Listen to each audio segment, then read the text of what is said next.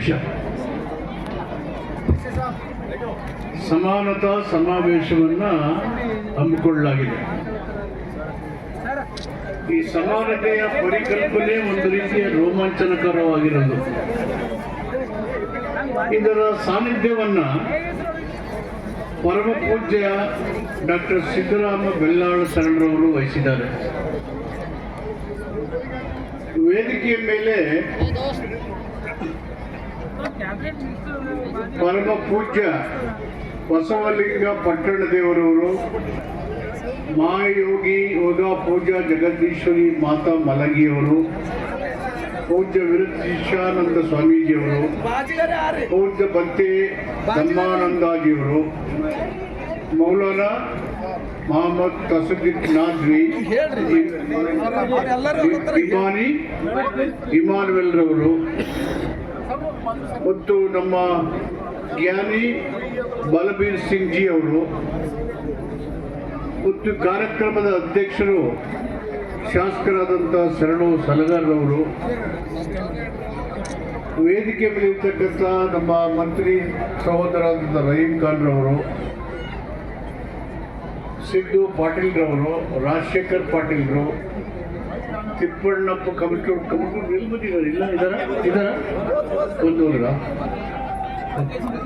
ಶ್ರೀಮತಿ ಮಾಲಾ ನಾರಾಯಣರವರು, ಆಮೇಲೆ ಭೀಮರಾವ್ ಪಾಟೀಲ್ರು ಇದ್ದಾರ, ಧನರಾಜ್ ತಾಂಡಪಳ್ಳಿ ನಿಮ್ಮ ಬೀಗರು ಇದ್ದಾರೆ, ಆಮೇಲೆ ಗುರಮ್ಮ ಸಿದ್ದಾರೆಡ್ಡಿ ಇಲ್ಲ ಅವರು ಅಲ್ಲ, ಇನ್ನೇನು ಭೀಮಸೇನ್ ಸಿಂಗ್ ಅವರು, ನಮ್ಮ ವಿಜಯ್ ಇದ್ದಾರೆ, ವಿಜಯ್ ನಮ್ಮ MP ಅವರು ಸಾಗರ್ ಮತ್ತು ನಮ್ಮ ಮುನ್ನಾಬಾದ್ MLA ಅವರು ಹೇಳ್ದ 2 ಸಲ ಹೇಳೋರಿಗೆ 2-3 ಸಲ ಹೇಳೋರಿಗೆ, ಯಾಕಂದ್ರೆ ನಿಮ್ಮ ಸೋದರ ಸಂಬಂಧಿ ಅವರು, ಅದಕ್ಕೆ ಓಕೆ ಇಟ್ಸ್ ಓಕೆ ಇರ್ಲಿ, ಉತ್ಸಾಹ ಇರ್ತದೆ. Let us take sportive all events. ಸಮಾನತೆ ಸಮಾವೇಶ ಮಾಡಬೇಕಂದ್ರೆ ಸಿಕ್ಕಾಪಟ್ಟೆ ತಾಳ್ಮೆ ಇರಬೇಕು. ತಾಳ್ಮೆ ಇಲ್ಲಿರೋದ್ರಿಂದ ಸಮಾನತೆ ಕೆಟ್ಟೋಗಿದೆ. ಆದ್ರೆ ನಮ್ಮ ಸನ್ಮಾನಿತರಾದ ಡಾಕ್ಟರ್ ಪ್ರದೀಪ್ ಸಾಹೇಬ್ರವರು, ನಮ್ಮ ಆತ್ಮೀಯ ಸ್ನೇಹಿತರಾದಂಥ ಶ್ರೀಕಂಠ ಸ್ವಾಮಿ ಮತ್ತು ಶ್ರೀಕಂಠ ಸ್ವಾಮಿ ಅವ್ರ ಮಿಸ್ಸಸ್ ಅವರು ಆತ್ಮೀಯರು ನಮಗೆ 25-30 ವರ್ಷದಿಂದ. ಆಮೇಲೆ ಅವರು ಮಿಸಸ್ ಜಿಲ್ಲಾ ಅಧ್ಯಕ್ಷರಾಗಿದ್ರು, ಜಿಲ್ಲಾ ಪಂಚಾಯತ್ ಅಧ್ಯಕ್ಷರಾಗಿದ್ರು. ಆಮೇಲೆ ಇನ್ಯಾರು ಇದ್ದಾರೆ, ನಮ್ಮ ಇವರಿದಲ್ಲ ಲೇಡಿ ಚಿಗುರು ಇದ್ದಾರೆ, ನಮ್ಮ ತಾಲೂಕ್ ಪಂಚಾಯತ್ ಮೆಂಬರ್ ಅನ್ನಪೂರ್ಣಮ್ಮ ಇದ್ದಾರೆ, ಹೇಳಿದೆ ಮಾನವರು ಹೇಳಿದೆ. ನಾನೇನ್ರು ಮರ್ತು ಬಿಡೋಕಂತ ಹೋರಾಟಗಾರನು ಅವನು, ನಮ್ಮ ಚಿಮ್ಕೋಡು ಚಿಂಗಡೆ, ನಮ್ಮ ಇವರು ಅವ್ರ ಮಿಸ್ ಅವ್ರ ಹಸ್ಬೆಂಡು ಎಲ್ಲ ದೊಡ್ಡ ಹೋರಾಟಗಾರರು. ಆಮೇಲೆ ಇನ್ನೇನು ಬಿಟ್ಬಿಟ್ಟು ಹೇಳುತ್ತಲ್ಲ ಅಧ್ಯಕ್ಷತೆ ಹೇಳಿದೆ.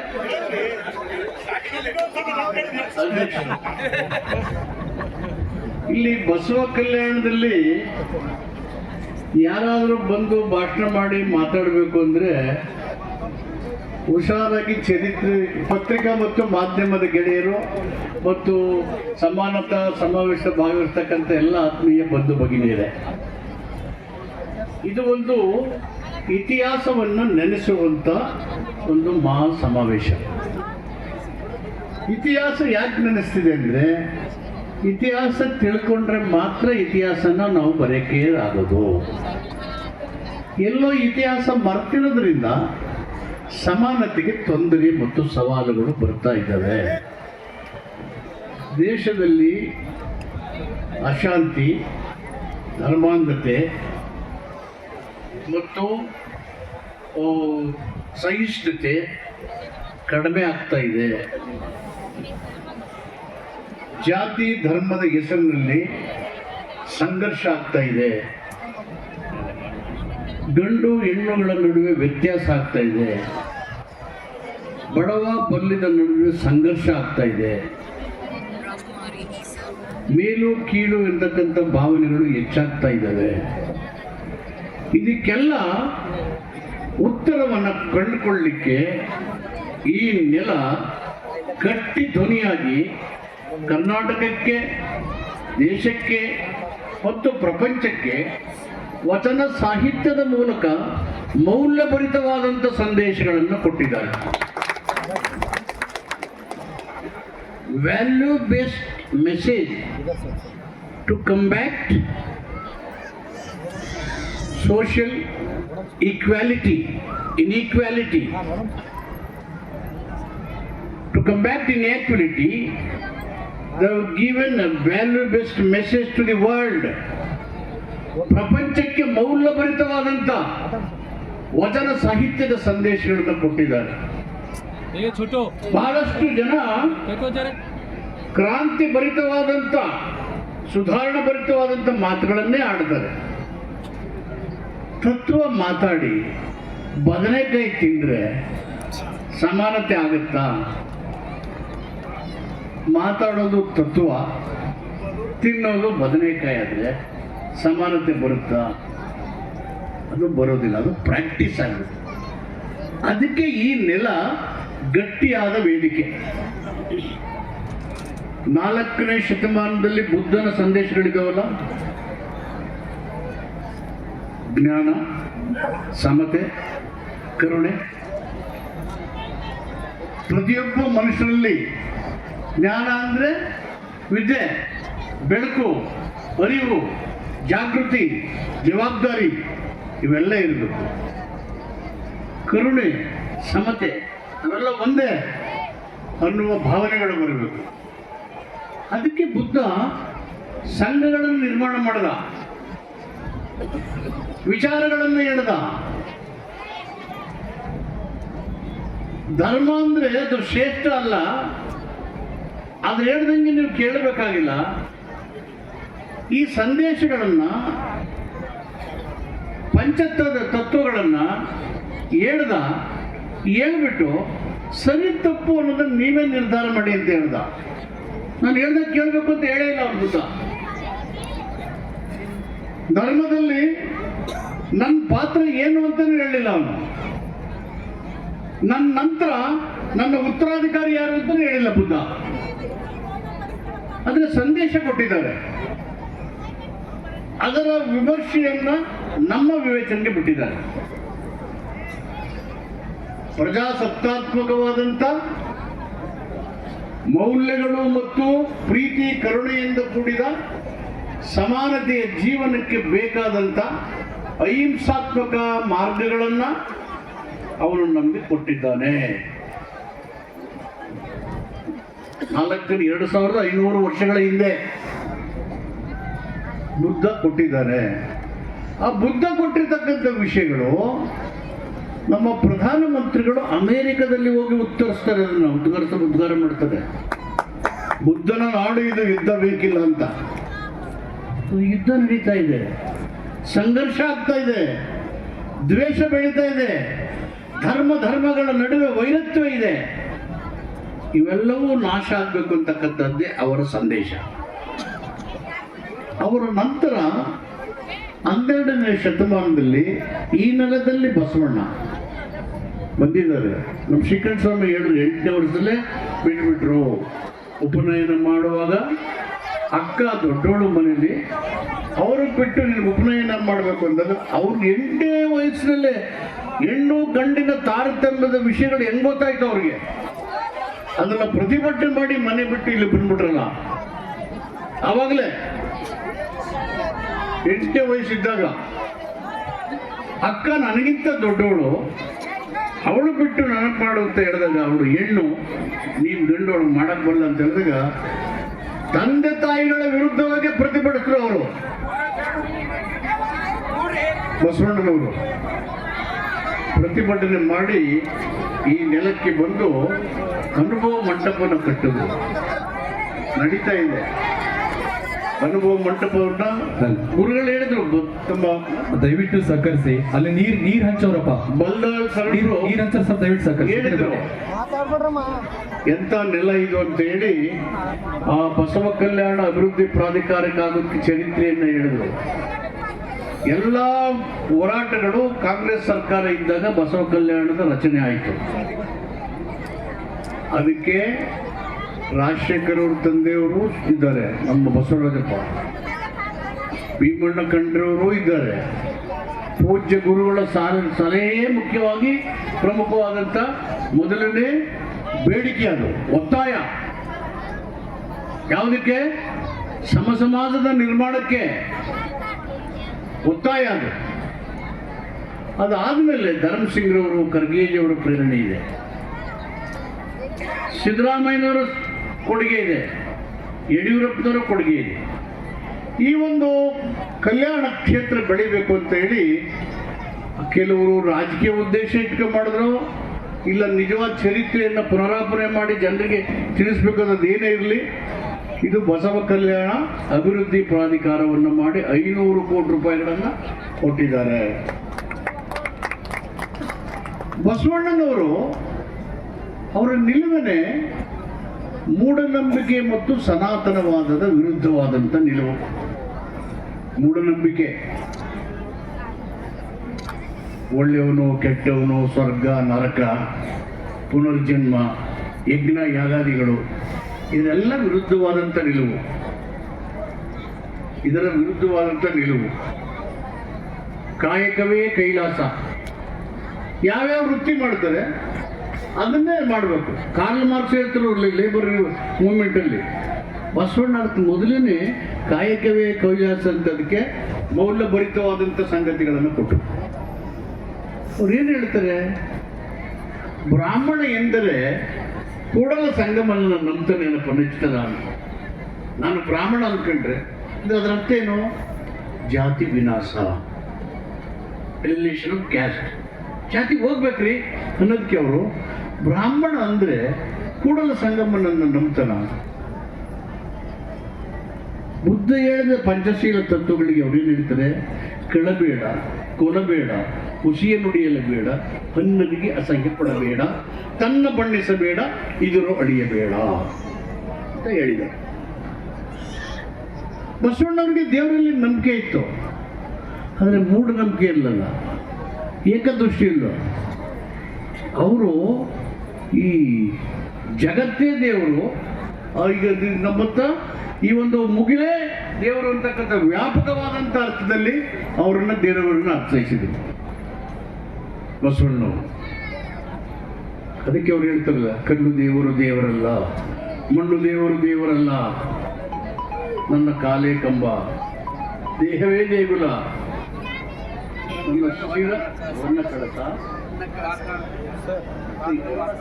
ಆದರೆ ಮಾತಾಡಂತ ಕೂಡಲ ಅಂತ ಹೇಳ್ತಾರೆ ಬಸವಣ್ಣವರು. ಇದು ಸಿಂಪಲ್ ಆಗಿ ಹೇಳಿದ್ರೆ ನಿಮ್ಗೆ ಅರ್ಥ ಇದ್ದರೆ ಏನು ಮಾಡಬೇಕು? ಹೋಗಿ ಹೋಗಿ ಎಲ್ಲ ಕಾಲ್ದೊಳಗೆ ಸಾಯ್ತಾರಲ್ಲ, ಏನು ಹೇಳೋದು?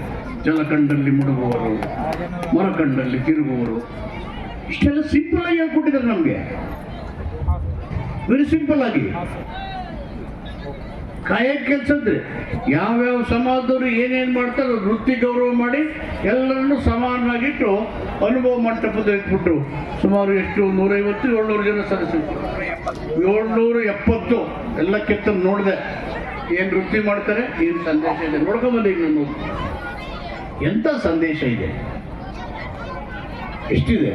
ಇವ ಯಾರವ, ಇವನ್ಯಾರವ, ಇವನ್ ನಮ್ಮವ ಅಂದರೆ ಇದೆಲ್ಲ ಆದಮೇಲೆ ಈ ಗುರುಗಳು ಹೇಳಿದ್ರೆ ನೀವು ಯಾವ ಕಷ್ಟಪಡ್ರಿ ಏನರ್ಥ? ಇದರ್ಥ ಏನು? ಅದಕ್ಕೆ ಅಂಬೇಡ್ಕರ್ ಅವರು ಸಂವಿಧಾನ ಹುಡುಗ ಹೇಳಿದ್ರಲ್ಲ, ಅವ್ರೇನು ಹೇಳಿದ್ರು? ಪ್ರಿಯಂಬಲ್ ನಮ್ಮ ಕೈಲೆಲ್ಲ ಹೇಳಿದ್ರು, ಭಾರತೀಯರಾದ ನಾವು ಅಂತ ಹೇಳಿದ್ರು. We the people of India having solemnly resolve to create India into sovereign socialist republic country ಅಂತ ಹೇಳಿದ್ದಾರೆ. ನಾವು we the people of India, ನಾವು ಕ್ರಿಶ್ಚಿಯನ್ರು, ನಾವು ಮುಸ್ಲ್ಮಾನರು, ನಾವು ಸಿಖ್ರು, ನಾವು ಹಿಂದೂಗಳು, ನಾವು ಬೌದ್ಧರು, ನಾವು ಜೈನರು ಅಂತ ಹೇಳಿದಾರ. ಭಾರತೀಯರಾದ ನಾವುಗಳು ಪ್ರಜೆಗಳು. ಕ್ಷೇತ್ರ ಅದನ್ನ ಆ ಕಾನೂನು ನವೆಂಬರ್ 1949 ನಾವೇ ಶಾಸನ ಮಾಡಿ ಅದನ್ನ ನಾವು ಅಂಗೀಕರಿಸಿ ಒಪ್ಕೊಂಡಿದ್ದೀವಿ ಹೆಂಗ್ ಬದುಕಬೇಕು ಅಂತ. ನಮಗೆ ಸ್ಥಾನಮಾನ ಬೇಕು, ಘನತೆ ಗೌರವ ಬೇಕು, ಅಭಿವ್ಯಕ್ತಿ ಸ್ವಾತಂತ್ರ್ಯ ಬೇಕು, ಧಾರ್ಮಿಕ ಆಚಾರ ಇರಬೇಕು, ಎಲ್ಲ ಮುಖ್ಯವಾಗಿದ್ಮೇಲೆ ಧರ್ಮ ಯಾಕೆ ಅಧರ್ಮದ ಕಾರ್ಯಗಳನ್ನು ಮಾಡುತ್ತೆ? ದಯೆ ಇಲ್ಲದೆ ಇದ್ಮೇಲೆ ಅದ್ಯಾವುದು ಧರ್ಮ? ದಯೆನೇ ಇಲ್ಲದೆ ಇದ್ಮೇಲೆ ಧರ್ಮ ಯಾವುದು? ಅಸ್ಪೃಶ್ಯತೆ ಯಾಕೆ ಆಚರಣೆ ಮಾಡ್ತಿದ್ದೀರಿ? ಸಾಮಾಜಿಕ ಬಹಿಷ್ಕಾರ ಯಾಕೆ ಆಗ್ತಾ ಇದ್ದೀರಿ? ದೇವಸ್ಥಾನಗಳಿಂದ ಹೊರಗೆ ನಿಲ್ಲಿಸ್ತಾ ಇದ್ದೀರಿ? ಸಾರ್ವಜನಿಕರಿಗೆ ಅಸ್ಪೃಶ್ಯವನ್ನು ಯಾಕೆ ಆಚೆ ಹಿಡ್ತಾ ಇದ್ದೀರಿ? ಬಸವಣ್ಣ ಈ ತರ ಸುಧಾರ ಮಾಡಿದ್ದಾರೆ, ಬುದ್ಧ ಹಿಂಗೆ ಹೇಳಿದ್ದಾರೆ, ಅಂಬೇಡ್ಕರ್ ಸಂವಿಧಾನಬದ್ಧವಾಗಿ ತಾನು ಅನುಭವಿಸಿದ ಅಸ್ಪೃಶ್ಯತೆ ಆಚರಣೆ ಅವಮಾನವನ್ನ ಸಹಿಸಿಕೊಂಡು ಅಮೆರಿಕ ಮತ್ತು ಲಂಡನ್ನಲ್ಲಿ ವಿದ್ಯಾಭ್ಯಾಸ ಮಾಡಿ ಈ ಸಮಾಜದ ಎಲ್ಲ ಅನಿಷ್ಟಗಳಿಗೆ ಸಂವಿಧಾನದಲ್ಲಿ ಅವಕಾಶಗಳನ್ನು ಕೊಟ್ಟಿದ್ದಾರೆ. ಸ್ವಾತಂತ್ರ್ಯ ಬಂತು, ಆದರೆ ಸಮಾನತೆ ಇಲ್ಲದ ಸ್ವಾತಂತ್ರ್ಯವೇ ಇಲ್ಲ ಅಂತ ಹೇಳಿದ್ದಾರೆ. ಸ್ವಾತಂತ್ರ್ಯ ಬಂದಿದೆ ಭಾರತ ದೇಶಕ್ಕೆ, ಸಮಾನತೆ ಇಲ್ಲದೆ ಇದ್ಮೇಲೆ ನೀವು ಒಳಗಡೆ ಕೂತ್ಕೊಂಡು ದೇವಸ್ಥಾನ ಕಟ್ಟಿಸ್ಕೊಂಡು ಆಮೇಲೆ ಎಲ್ಲ ಉದ್ಘಾಟನೆ ಆದ್ಮೇಲೆ ಆಚೆ ನೀರು ಅಂತ ಹೇಳಿದ್ರೆ ಅದು ಯಾವ ಸಮಾನತೆ? ಅದಕ್ಕೇನೆ ಚರಿತ್ರೆ ಗೊತ್ತಿಲ್ಲದವನು ಚರಿತ್ರೆ ನಿರ್ಮಾಣ ಮಾಡೋಕ್ಕಾಗಲ್ಲ.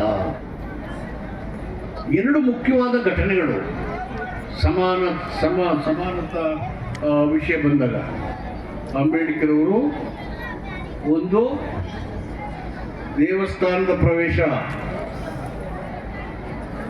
ಇನ್ನೊಂದು ಮಹಾಡ್ಕೆರೆ ಮುಟ್ಟುವಂತಹದ್ದು. ಎರಡು ಸಂದರ್ಭಗಳಲ್ಲೂ ಅವರನ್ನ ದೂರ ಇಡ್ತಾರೆ, ಅಟ್ಸ್ಕೊಂಡೋಗಿ ದೇವಸ್ಥಾನ ಮಾಡಿ ಎಲ್ಲ ತೊಳೆದ್ಬಿಟ್ಟು ಆಚೆ ಮಾಡಿ ನೋಡ್ತಾರೆ. ಅವಾಗ ಹೇಳ್ತಾರೆ ಅವರು, ದೇವ್ರ ಮುಂದೆ ಎಲ್ಲ ಒಂದೇ ಕಂಡ್ರೆ ಯಾಕೆ ಮಾಡ್ತಾರೆ, ಎಲ್ಲಿದ್ರು ಅಂತ ಹೇಳ್ತಾರೆ. ದೇವ್ರ ಮುಂದೆ ಎಲ್ಲ ಒಂದೇ ಏನೋ ಗೊತ್ತಿಲ್ಲ ನಮ್ಗೆ, ಮನುಷ್ಯರ ಮುಂದೆ ಎಲ್ಲ ಸಮಾನರು ಅಂತ ಹೇಳ್ತಾರೆ. ಈ ಒಂದು ಮಹಾಡ್ಕೆರೆ ಮುಟ್ಟುವಾಗ ಹೋದಾಗ ಸಹಸ್ರಬುದ್ಧೆ ಮತ್ತು ಗಂಗೂಬಾಯಿ ಸಾವಂತ್ ಅನ್ನೋ ಮಹಿಳೆ ಮನುಶಾಸ್ತ್ರವನ್ನ ಧರ್ಮವನ್ನು ಸುಟ್ಟಾಕ್ಸ್ತಾರಲ್ಲೇ 1929 ಸುಟ್ಟಾಕ್ಸ್ತಾರೆ. ಯಾಕೆ ಸುಟ್ಟಾಕ್ತಾರೆ ಅಂದ್ರೆ ಮನುಧರ್ಮಶಾಸ್ತ್ರ ಈ ದೇಶದ ಮೂಲವಾಸಿಗಳನ್ನ, ಶೋಷಿತರನ್ನ, ಎಲ್ಲಾ ಜಾತಿಯ ಮಹಿಳೆಯರನ್ನ ಸಮಾನತೆಯಿಂದ ಬದುಕೋಕೆ ಅವಕಾಶ ಕೊಡೋದಿಲ್ಲ ಅಂತೇಳಿ ಮನುಧರ್ಮಶಾಸ್ತ್ರವನ್ನು ಸುಟ್ಟಾಕ್ತಾರೆ. ಅಲ್ಲೇ ಇದು ನಮ್ಗೆ ಅರ್ಥ ಆಗದೆ ಹೋದ್ರೆ ಸಮಾಜದ ನಿರ್ಮಾಣದ ಪ್ರಯತ್ನಗಳಿಗೆ ದೊಡ್ಡ ಸವಾಲು ನಮ್ಮ ಮುಂದೆ ಇದೆ. ಅದನ್ನು ಭೇದಿಸಿ ಬುದ್ಧ, ಬಸವ, ಅಂಬೇಡ್ಕರ ದಾರ್ಶನಿಕ ವಿಷಯಗಳು, ಸುಧಾರಣಾದಾರಿ ಮಾರ್ಗಗಳು, ಅವರು ಹಾಕಿಕೊಟ್ಟಂತ ಚಾರಿತ್ರಿಕವಾದಂಥ ನಡೆ ಮತ್ತು ನಿಲುವುಗಳು ಜನಸಾಮಾನ್ಯರ ಗಮನಕ್ಕೆ ತಂದು ಅರಿವನ್ನು ಮೂಡಿಸ್ತಕ್ಕಂಥದ್ದು ಅನಿವಾರ್ಯ. ಈ ಕಾರಣಕ್ಕೆ ನಿಜಲಿಂಗಪ್ಪನವರು ಒಂದ್ಸಾರಿ ಅಂಬೇಡ್ಕರ್ ಅವರನ್ನು ಭೇಟಿ ಆಗ್ತಾರಂತೆ. ಸುತ್ತೂರು ಕಾರ್ಯಕ್ರಮದಲ್ಲಿ ನಾನು ಹೆಲ್ತ್ ಮಿನಿಸ್ಟರ್ ಆಗಿದ್ದೆ 1994-99 ನಮ್ಮ ಮುಖ್ಯಮಂತ್ರಿಗಳು ಡೆಪ್ಟಿ ಚೀಫ್ ಮಿನಿಸ್ಟರ್ ಆಗಿದ್ರು. ನಾವೆಲ್ಲ ಸಭೆಯಲ್ಲಿದ್ದು ಅವ್ರು ಮಾತಾಡಿದ ಹೇಳಿದ್ರು, ಅಂಬೇಡ್ಕರ್ ನಾನು ಭೇಟಿ ಮಾಡಿದೆ, ಅವರು ಹೇಳಿದ್ರು, ಬನ್ನಿ ನಿಜಲಿಂಗಪ್ಪನವರೇ ಏನು ಆರಾಮಾಗಿದ್ದೀರಾ, ಏನಪ್ಪ ನೀವು ಇಷ್ಟು ಕೆಟ್ಟವರು ಅಂದ್ಬಿಟ್ರು, ಇಷ್ಟು ಕೆಟ್ಟೋಗ್ಬಿಟ್ಟಿದ್ರಲ್ಲಿ ಅಂತ. ನಾನು ಗಾಬರಿ ಆಗ್ಬಿಟ್ಟೆ, ನಾನೇನು ಮಾಡಿದೆ ಅಂತೇಳಿ. ಪುನಃ ಅದೇ ಮಾತಾಡಿದ್ರು, ನನಗೆ ಅರ್ಥ ಆಗಲಿಲ್ಲ. ಏನು ಬಾಬಾ ಸಾಹೇಬ್ರೆ, ನನಗೇನು ಅರ್ಥ ಆಗ್ತಿಲ್ಲ, ಎಲ್ಲಿ ತಪ್ಪಾಯಿತು, ಎಲ್ಲೂ ಲೋಪ ಆಯಿತು ಕೇಳಿದೆ. ಏನ್ರಿ ಇಷ್ಟೊಂದು ಕೆಟ್ಟೋಗ್ಬಿಟ್ರಲ್ಲಿ ನೀವು, ಬಸವಣ್ಣನ ಮನೆಗೆ ಬಿಡದೆ ಜೋಗಲ್ಲಿ ಇಟ್ಕೊಂಡ್ಬಿಟ್ರಲ್ಲಿ ನೀವು, ಬಿಡಬೇಕಲ್ಲ, ಎಲ್ಲ ಬಸವಮಯ ಆಗ್ತಾ ಇತ್ತು ಅಂತ ಹೇಳಿದ್ರು ಅಂತೇಳಿ ನಿಜಲಿಂಗಪ್ಪನವರು ಆ ಸಭೆಯಲ್ಲಿ ಹೇಳಿದ ಮಾತು. ಅಂದರೆ ಬಸವಣ್ಣ ಧರ್ಮವನ್ನ ಜನರ ಮನೆ ಬಾಗಿಲಿಗೆ ಕೊಂಡೊಯ್ದರು. ಧರ್ಮದಲ್ಲಿ ನನ್ನ ಸ್ಥಾನಮಾನ ಏನು ಅಂತ ಹೇಳಿಲ್ಲ, ಧರ್ಮದಲ್ಲಿ ನನ್ನ ನಂತರ ಯಾರು ನನ್ನ ಉತ್ತರಾಧಿಕಾರಿ ಅಂತ ಹೇಳಲಿಲ್ಲ. ಬಿಜ್ಜಳನ ಆಸ್ಥಾನದಲ್ಲಿ ಮುಖ್ಯಮಂತ್ರಿ ಆಗಿದ್ದರು. ತೆರಿಗೆದಾರರ ಹಣವನ್ನು ಅವರು ಕ್ಷೇತ್ರದ ಅಭಿವೃದ್ಧಿಗೆ, ಸುಖಿ ರಾಜ್ಯದ ಸ್ಥಾಪನೆಗೆ, ವೆಲ್ಫೇರ್ ಸ್ಟೇಟ್ ಫಾರ್ಮೇಷನ್ ಅವರು ಬಳಕೆ ಮಾಡಿದ್ರು. ಆವಾಗಲೂ ಸಿಂಹಾಸನದ ಕೆಳಗಡೆ ನಿಧಿ ಸಿಕ್ಕುತ್ತೆ ಅಂತ ಹೇಳಿ ಯಾರಿಗೂ ಗೊತ್ತಾಗದೆ ಹೇಳಿದ್ರೆ ಅವ್ರಿಗೆ ಸೂಕ್ತ ಬಹುಮಾನ ಕೊಡೋಣ ಅಂತ ಬಿಜ್ಜಳ ಹೇಳಿದಾಗ ಬಸವಣ್ಣ ಏನು ಹೇಳ್ತಾರೆ, ಬಿಜ್ಜಳ ಮಹಾರಾಜ ಅಲ್ಲಿ ನಿಧಿ ಸಿಕ್ಕಿದ್ರೆ ನಿನಗೆ ಕೊಡೋ ಅಧಿಕಾರನೂ ಇಲ್ಲ, ನನಗೆ ತಗೊಳ್ಳೋ ಅಧಿಕಾರನೂ ಇಲ್ಲ, ಅದು ಜನರ ಅಭಿವೃದ್ಧಿಗೆ ಉಪಯೋಗತಕ್ಕಂಥ ನಿಧಿ ಅಂತ ಹೇಳ್ತಾರೆ. You are no powers to give, I am no right to take. It is for the welfare of the people, it is for the welfare of the state ಅಂತ ಹೇಳಿದ್ರು. ಕ್ರಾಂತಿ ಯಾಕಂತ ಇಲ್ಲಿ? Why the revolution took place? Why Basava is chased out? ವಚನ ಸಾಹಿತ್ಯ ನಾಶ ಮಾಡೋ ಚೆಲ್ಲಪಿಲ್ಲಿ ಆದ್ರಲ್ಲ. ಕಾರವಾರ ಜಿಲ್ಲೆಗೆ ಬಹಳಷ್ಟು ಜನ ಹೋದ್ರು ವಚನ ಸಾಹಿತ್ಯ ಹೊತ್ಕೊಂಡು ಹೊರಗಡೆ. ಕಾರವಾರದ ಕಡೆ ಜಿಲ್ಲೆಗೆ ಶಿಕಾರಿ ಚಿಪ್ ಕುಲಕರ್ಣಿಗಳು ಹೋದ್ರು, ಎಲ್ಲ ನಾಶ ಮಾಡಿದ್ರು. ಯಾಕೆಂದ್ರೆ ಇಲ್ಲಿ ಸಮಾಜ ಸುಧಾರಣೆ ಮಾಡುವ, ಸಮಾಜ ನಿರ್ಮಾಣ ಮಾಡುವ, ಮಾನವ ಸಮಾಜವನ್ನು ಹುಟ್ಟಾಕುವ ಅನೇಕ ಮೌಲ್ಯಭರಿತವಾದಂಥ ವಚನಗಳಿದ್ದು ಯಥಾಸ್ಥಿತಿವಾದಿಗಳಿಗೆ, ಸನಾತನವಾದಿಗಳಿಗೆ ಬಸವಣ್ಣನ ಕ್ರಾಂತಿಯ ವಿಚಾರಗಳು ಬೇಕಿಲ್ಲ. ಇವತ್ತಿನ ಸಮಾನತೆ ಸಮಾವೇಶದ ಸಂದೇಶಗಳು ಅಗತ್ಯ ಇಲ್ಲ ಅನ್ನುವ ಅಭಿಪ್ರಾಯ.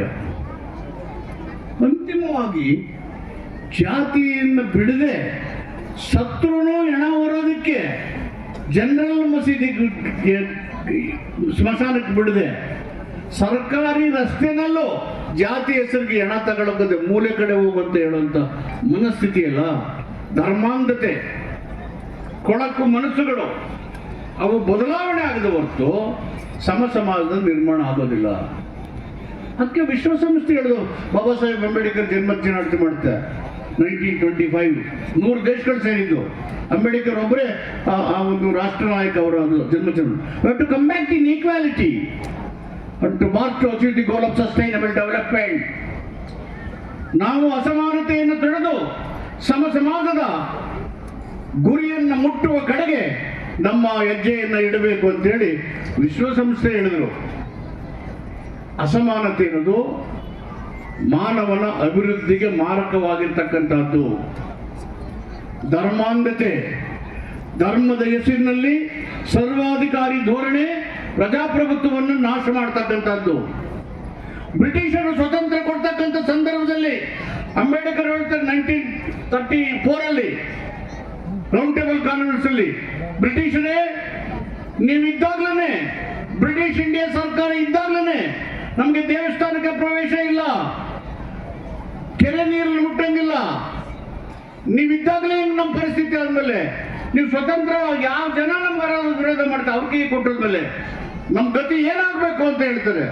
ಅವಾಗ ಎಂತ ಸರ್ಕಾರ ಬೇಕಂದ್ರೆ of the people, by the people, for the people, ಜನರಿಂದ ಜನರಿಗಾಗಿ ಜನರಿಗೋಸ್ಕರ ಸರ್ಕಾರ ಕೊಡಿ ಅಂತ ಹೇಳ್ತಾರೆ. That is the democracy. 13ನೇ ಸೆಂಚುರಿಯಲ್ಲಿ ಲಂಡನ್ ನಲ್ಲಿ ದೊರೆಯ ವಿರುದ್ಧ ಚಳವಳಿ ಆಗುತ್ತೆ, ಸರ್ವಾಧಿಕಾರದ ವಿರುದ್ಧ, ಪ್ರಜಾಪ್ರಭುತ್ವ ಜನಗಳಿಗೋಸ್ಕರ. 18ನೇ ಶತಮಾನದಲ್ಲಿ ರಷ್ಯಾ ಮತ್ತು ಫ್ರಾನ್ಸ್ ಅಲ್ಲಿ ಕ್ರಾಂತಿ ಆಗುತ್ತೆ. ಲಂಡನ್ ನಲ್ಲಿ ಮ್ಯಾಗ್ನಾ ಕಾರ್ಟಾ ಚಳವಳಿ ಶುರುವಾಗಿ ಪಾರ್ಲಿಮೆಂಟರಿ ವ್ಯವಸ್ಥೆಗಳು ಜಾರಿ ಬರುತ್ತವೆ. ಇಂಡಿಯಾದಲ್ಲಿ ಜನರಿಂದ ಜನರಿಗಾಗಿ ಜನರಿಗೋಸ್ಕರ ಇರ್ತಕ್ಕಂಥ ಸರ್ಕಾರದ ವ್ಯವಸ್ಥೆ ಇದೆ. ಇದಿರೋ ತನಕ ಸಮಾಜ ನಿರ್ಮಾಣದ ಗುರಿ ಮತ್ತು ಜವಾಬ್ದಾರಿ ಸನಾತನವಾದದ ಮನಸ್ಸುಗಳ ವಿರುದ್ಧವಾಗಿ ಸಂಘಟನಾತ್ಮಕ ಹೋರಾಟಗಳ ಮೂಲಕ ಬದಲಾವಣೆಯನ್ನು ತಂದು ಸಮಾಜ ನಿರ್ಮಾಣ ಮಾಡತಕ್ಕಂಥದ್ದು ಅವಶ್ಯಕತೆ ಇದೆ. ಸಿದ್ದರಾಮಯ್ಯನವರ ಸರ್ಕಾರ ಬಂದ ಮೇಲೆ ನಾವು ಕಡ್ಡಾಯವಾಗಿ ಸಂವಿಧಾನದ ಪೀಠಿಕೆಯನ್ನ ಶಾಲಾ ಕಾಲೇಜು ವಿಶ್ವವಿದ್ಯಾಲಯ ಓದಿಸಬೇಕು ಅಂತ ಮಾಡಿದ್ದು ಇದೇ ಕಾರಣಕ್ಕೆ. ಇವತ್ತೇನು ಗುರುಗಳು ಸಮಾನತೆ ಬರಬೇಕು ಅಂತ ಹೇಳ್ತಾ ಇದ್ದಾರೆ. Every child must understand the preamble of the constitution. ಏನ್ ಹೇಳಿದೆ? ಭಾರತೀಯರಾದ ನಾವು ಹಿಂಗ್ ಬದುಕಬೇಕು, ನಮ್ಮ ಹಕ್ಕುಗಳು ಮತ್ತು ಮೂಲಭೂತ ಹಕ್ಕುಗಳು ಏನಿದ್ದಾವೆ, ಆಳುವ ಸರ್ಕಾರಕ್ಕೆ ಕರ್ತವ್ಯ ಮತ್ತು ಜವಾಬ್ದಾರಿಗಳು ಏನಿದೆ ಅದನ್ನು ಸ್ಪಷ್ಟವಾಗಿ ಹೇಳಿದ್ದಾರೆ. ಒಬ್ಬಮ್ಮ ಏನ್ ಹೇಳಿದ್ದಾರೆ? ಬಾಬಾ ಸಾಹೇಬ್ ಅಂಬೇಡ್ಕರ್ ಕಷ್ಟಪಟ್ಟು ಅಧ್ಯಯನ ಮಾಡಿ ಭಾರತದ 140 ಕೋಟಿ ಜನರ ಹಕ್ಕನ್ನು ರಕ್ಷಣೆ ಮಾಡುವ ಶ್ರೇಷ್ಠ ಸಂವಿಧಾನವನ್ನು ಕೊಟ್ಟಿದ್ದಾರೆ. ದಲಿತರ ಹಕ್ಕನ್ನು ರಕ್ಷಣೆ ಮಾಡಂತ ಹೇಳಿಲ್ಲ, 140 ಕೋಟಿ ಜನರ ಹಕ್ಕನ್ನು ರಕ್ಷಣೆ ಮಾಡುವ ಶ್ರೇಷ್ಠ ಸಂವಿಧಾನವನ್ನು ಕೊಟ್ಟಿದ್ದಾರೆ. ಅದು ಗೊತ್ತಾಗಬೇಕಲ್ಲ. 3 ವರ್ಷದ ಮಕ್ಕಳು ನೋಡ್ಕೊಂಡೇ ಹೇಳ್ತಾವ ಪ್ರಿಯಾಂಬಲ್. ಸಂವಿಧಾನ ಜಾಗೃತಿ ಅಂತ 2 ತಿಂಗಳು ಮಾಡಿದ್ರಿ ಅಲ್ಲಪ್ಪ, ನೀವು ಇಲ್ಲೂ ಮಾಡಿದಿರಿ, ಇಲ್ಲೇ ಮಾಡಿದಿರಿ ನೀವು. ಅದರ ಉದ್ದೇಶ ಏನು? ಸಮಾನತೆ ಸಮಾಜವನ್ನು ನಿರ್ಮಾಣ ಮಾಡೋದು. ಬೀದರಿಂದ ಚಾಮರಾಜ ತನಕ ಇಲ್ಲಿಂದ ಶುರು ಮಾಡಿ ಮಾನವ ಸರಪಳಿ ನಿರ್ಮಾಣ ಮಾಡಿ ಅಂತಾರಾಜ್ಯ ಪ್ರಜಾಪ್ರಭುತ್ವ ನಿಂತರೆ ಸುಮಾರು 2500 ಕಿಲೋಮೀಟರ್ ಉದ್ದ 2,35,00,000 ಜನರು, 35ಕ್ಕೂ ಹೆಚ್ಚು ಲಕ್ಷ ಜನರು ಈ ಮಾನವ ಸರಪಳಿಯನ್ನ ಮಾಡಿದ್ರು. ಅದು world record. Constitution awareness program is world record.